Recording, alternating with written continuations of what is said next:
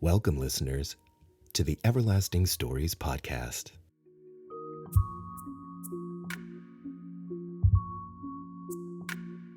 Brought to you by Semper Serpent Books in Minneapolis, Minnesota. I'm your host, Michael Strand. And today I have a special treat for you. The editor-in-chief at Semper Serpent, T. Martin Crouse, will read for you his original short story, Thera.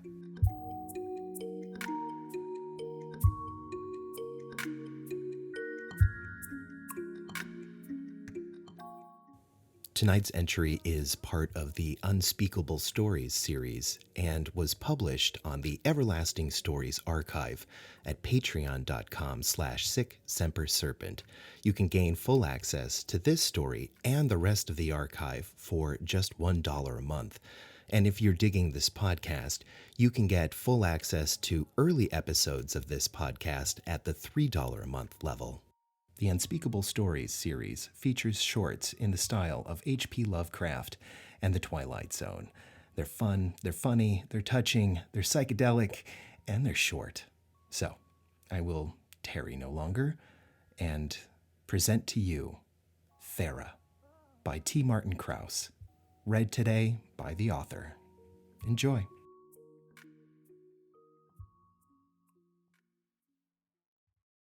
I must write this down before I go insane.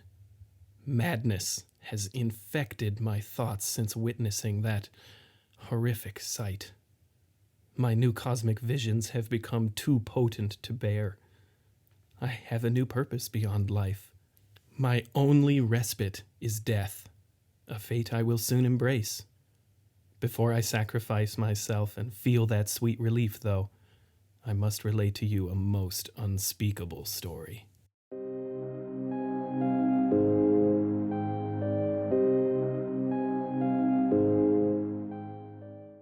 The encounter that altered the course of my life happened on Mount Olympus, near the shore of western Washington state. The day was ordinary, except for the clear blue skies foreign to any resident of the Pacific Northwest. I hiked up the mountain with no intent to reach the summit. I contemplated the course of my life. Several hardships recently befalling me weighed heavy that day. So small and insignificant they seem now. The powerful combination of sudden, crippling debt and the recent tragic loss of my younger brother left my mental state in ruin. My nerves felt like the frayed end of an old cord. I sought nature to ground myself and reset my life by returning to the earth. In truth, I don't know what I thought I'd find on the slopes of Mount Olympus. Maybe I was seeking a personal revelation. Maybe I just needed a good hike. In the clean air, I found a temporary moment of peace. Walking along, I was simply alive. No debt, no grief, no aimlessness. Just a human animal in its once natural habitat. I breathed deep. My public radio app reminded me that international leaders were descending on Seattle to pledge unity on actionable measures against climate change. The conference had dominated local news cycles ever since its announcement last year. The Dalai Lama and other dignitaries had been spotted at SeaTac Airport all morning, preparing for a dialogue about a multifaceted approach to mitigating the worst effects of our changing world. I couldn't have cared less. Such diplomatic flummery rarely accomplishes anything. Walking higher along the trail up Mount Olympus, my mind returned to its orbit around my pitiful life. Fresh air had filled me with a new clarity. I could now see the true depth of my loneliness. My brother was one of my closest friends. I no longer could confide in him my daily frustrations. The small talk made with coworkers and friendly strangers was the most significant human interaction I'd had since Gabe died last month. Did I somehow deserve this tragedy? With my head often buried in my hands and my thoughts occupying different times and spaces, I heard the calamity before I saw it. A great disturbance far off in the distance sent waves and geysers crashing so forcefully I could hear the commotion from many miles away. A visual anomaly out at sea caught my attention as I sought the source of the noise. Mostly hidden by the curvature of the earth, I mistook the explosion for a rogue wave at first. But rogue waves do not alter the shape of the horizon so drastically. No, the tumult I witnessed at sea was like the birth of an island, a volcanic event so disruptive it had the power to render ocean maps obsolete with one explosion. Plumes of water and mist shot into the air. I could not discern how many miles distant the eruptions occurred, but the spires of water and mud must have surged hundreds of feet into the air, maybe thousands. Immediately, I wondered if anyone on planet Earth had ever witnessed such an event. I was struck with a crushing sense of awe. Such majesty, this natural world of ours. I stood for 10 minutes watching water and seabed violently churn near the surface far from shore before realizing this was no ordinary volcanic eruption. Unsettling factors made the series of explosions exceptionally terrifying. The newly forming land rose too quickly from the surface of the Pacific, fire and lava conspicuously absent. In less than half an hour, what appeared to be an entire ridge of green mountains had grown out of the sea. The new landmass looked as though someone had draped the Rocky Mountains in a forest shroud and dropped them in the middle of the Pacific Ocean. At this time, I began to question my mental faculties. Surely this was a depression-induced hallucination, a fantastic sight to offset my overwhelming life. I began to weep, not only at the sheer beauty of it, but also at my own insignificance. I accepted the impossible sight as delusion related to the revelation I had been so desperately seeking. Until I saw the eye. One flame-orange eyeball flicked open at the northern end of the newly formed mountain range. I blinked twice to make sure I wasn't dreaming. There it was, clear as day. A dragon's eye, large as Bermuda, staring north, out across its new marine domain. Tsunamis from the initial explosion began to reach the shore below me. Crashing, foaming waves ripped away centuries of sandy shoreline before plunging through the temperate rainforest beyond. Trees were uprooted and carried inland along with a growing mass of sandy, muddy debris. When the Green Mountains began to move on their own, I nearly fainted. From my distance, the earthly giant seemed to rotate smoothly on the surface of the water like a big ship caught in a slow whirlpool. My heart rate accelerated to dangerous levels. My breathing became erratic, panicked. I lost track of the passage of time and hiked with a renewed vigor. Then the smell washed over me. A mix of dead fish and wet soil. It smelled as though someone were holding a long-dead mackerel directly under my nose. At first, I did not think it possible this wretched smell was related to the far-distant Leviathan. I gagged on the scent, which led me to think it real. Can insanity be so complete as to manufacture an olfactory mirage? The smell did not relent. It lingers in my nostrils still. I braved another glance at the moving ridge of mountains. The monster had completed a quarter turn, still floating smoothly and slowly, but now bearing straight east toward Mount Olympus.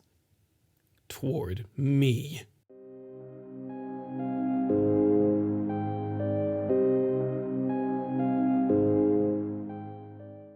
Once the behemoth had turned east to face Washington, it began to float forward very slowly. My response was clumsy. I turned and hastily ran down the path I had hiked up, determined to reach my car and maybe Idaho before the monster made landfall. I didn't get the chance. The mountainous monster locked its eyes on me. I felt it before I saw it. I turned from my retreat and made eye contact with the colossal abomination. Gnarly storm clouds gathered to form a brooding cap near the peaks of the mountain ridge. Surrounding moisture condensed into dark lenses lingering over the terrestrial Goliath.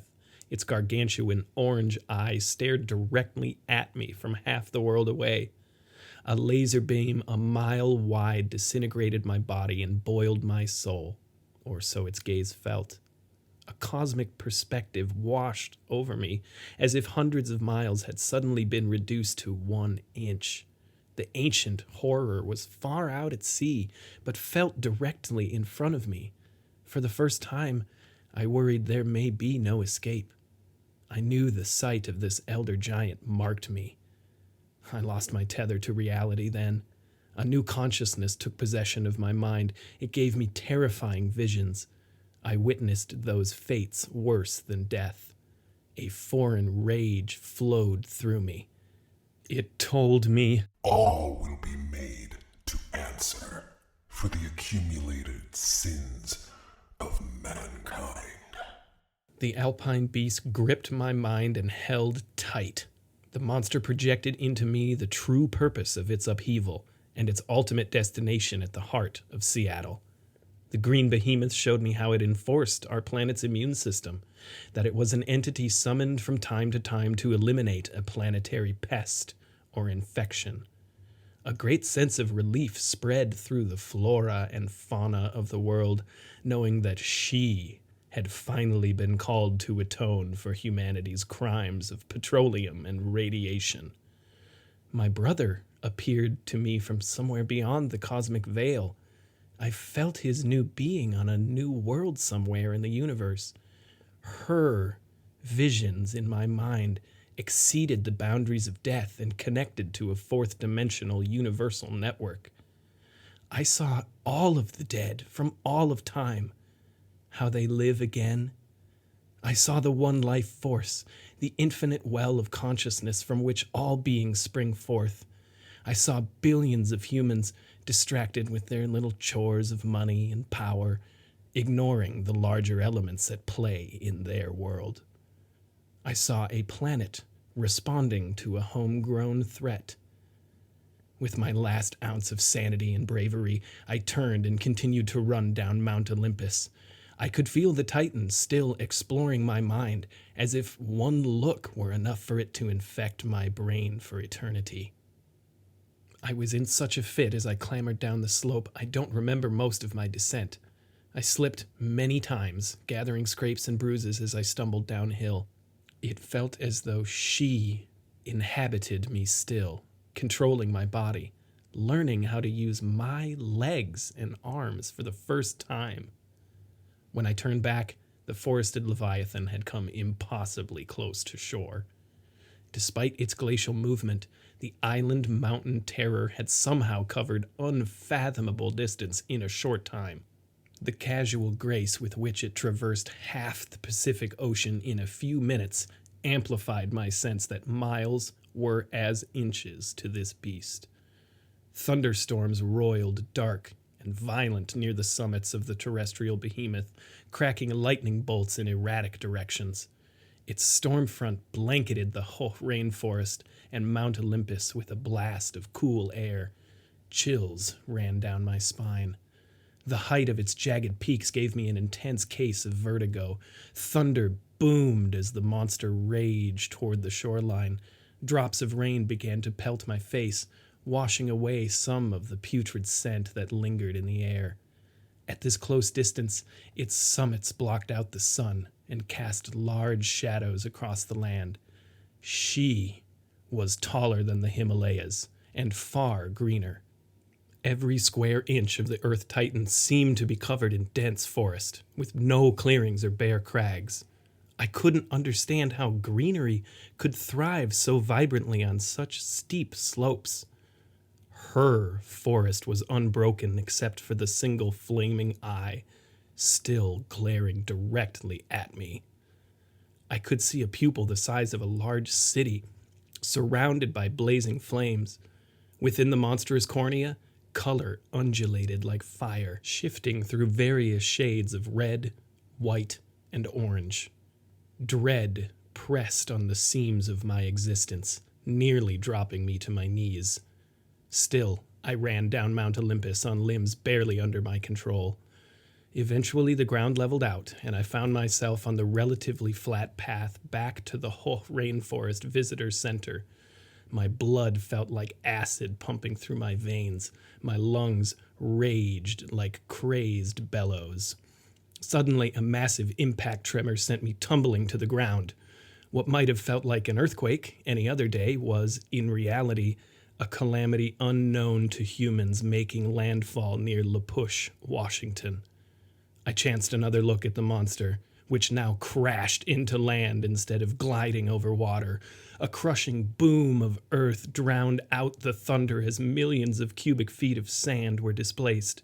The roar of destruction resonated with the same frequency as the now quaking earth, nearly collapsing my lungs with its shockwaves and throwing me off my feet. The wide base of the angry mountains moved through the earth the same way a snowplow moves through snow. The front edge of its bulk did not clear sea level, creating a leading wave of dirt and debris like an angry glacier and fast forward. Mud, trees, and seawater blended together into a mass of liquid destruction that crashed further and further inland, wiping out a majority of the rainforest that once existed there. The smell of dirt and fresh-cut timber mixed with the rotten scent of the monster. The Titan's pace was not slowed as she cut through the earth, carving a path just north of Mount Olympus before bearing east toward Seattle. I could see the ever-growing wave of debris and destruction towering above the trees in front of me. I had no choice but to get to my feet and run back up the mountain. The eye followed me. I felt it now like a lead curtain over my shoulders as I fled back up Mount Olympus. I didn't have to look to know it was watching me. I felt it. The smell overpowered me. So caustic were the fumes that my eyes began to burn. The scent took on the quality of ammonia, singeing my sinuses. Combined with the deafening crash of earth and hot ozone of lightning, my senses were overloaded. I heaved great gasps of rancid air as I ran with the last of my strength. The thunderous rumbling increased as the debris wave in front of the advancing monster grew larger and began to crash around the valleys surrounding Mount Olympus. A large portion of rainforest had already been destroyed. Trunks of trees flowed with liquefied dirt, wiping out all in its path as the moving mountains raged ever inland.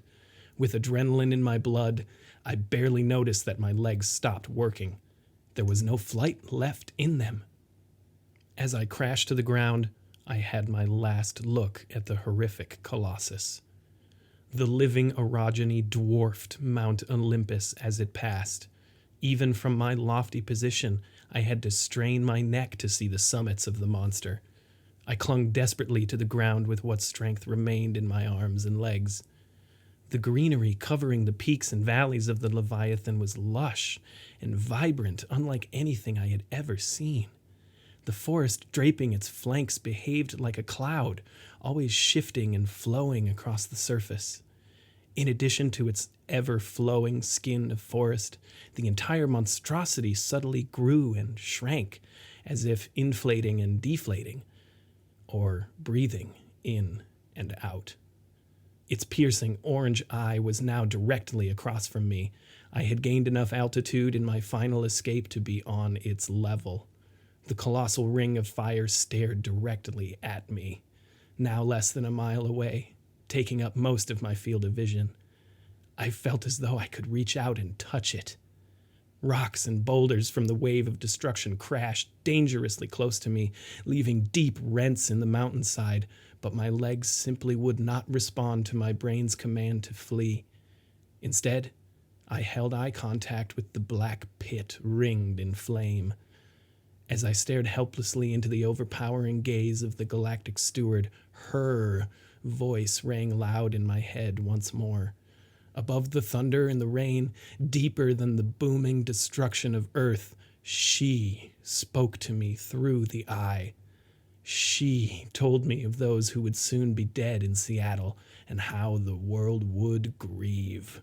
A grand drama of extinction unfolded in my head. Seattle was just the beginning of humanity's atonement. She would hold us accountable for our neglect by carving up the entire face of the planet to eradicate us. This masterstroke of elimination would kill her. Like a massive eraser, the moving archipelago of bioessence would spread herself over the dark stains of humanity, leaving only clean, diverse life in her wake. As a bee guts itself when committing to sting, so will she strike with suicidal resolve. Earth will be left without a guardian. The glow of the eye increased, blocking out all other vision.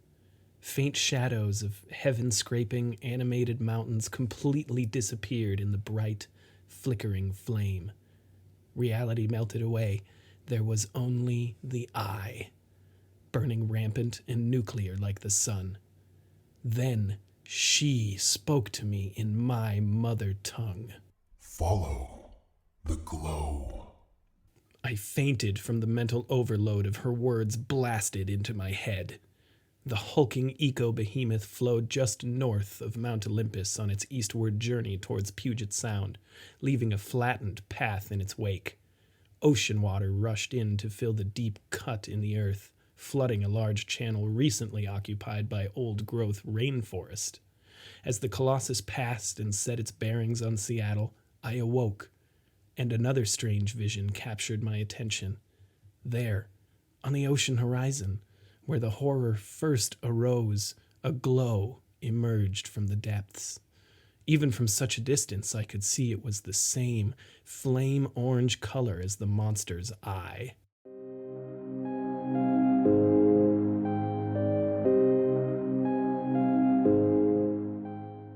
Something yet lingers there beneath the waves, giving off light. An impulse tugs at me, urging me into the ocean, toward the orange glow that emanates from the deep. To find the source of this glow is the only sense of purpose I have left. I stand muddy on the shore of what feels like a galactic ocean. I have come down from the mountain to find the source of the light beneath the waves and to meet my cosmic creator. The ethereal orange portal calls to me, beckoning me deep below. There is no ignoring the call. I have a new role to play, and I must not disappoint the dead nor the living. Only history will tell if I have witnessed the greatest calamity to ever befall the human race, or simply lost my mind with mundane grief. I pause only to write this most unspeakable story as I have seen it, so fate may judge the truth. Even with this burden laid down, still, I see the eye. I must go. I must follow the glow.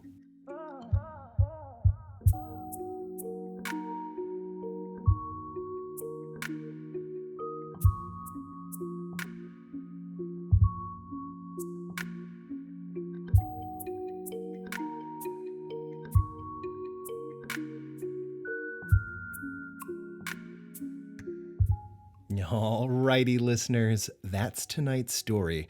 I hope you enjoyed listening to it as much as I enjoyed producing it and Tom enjoyed reading and writing it.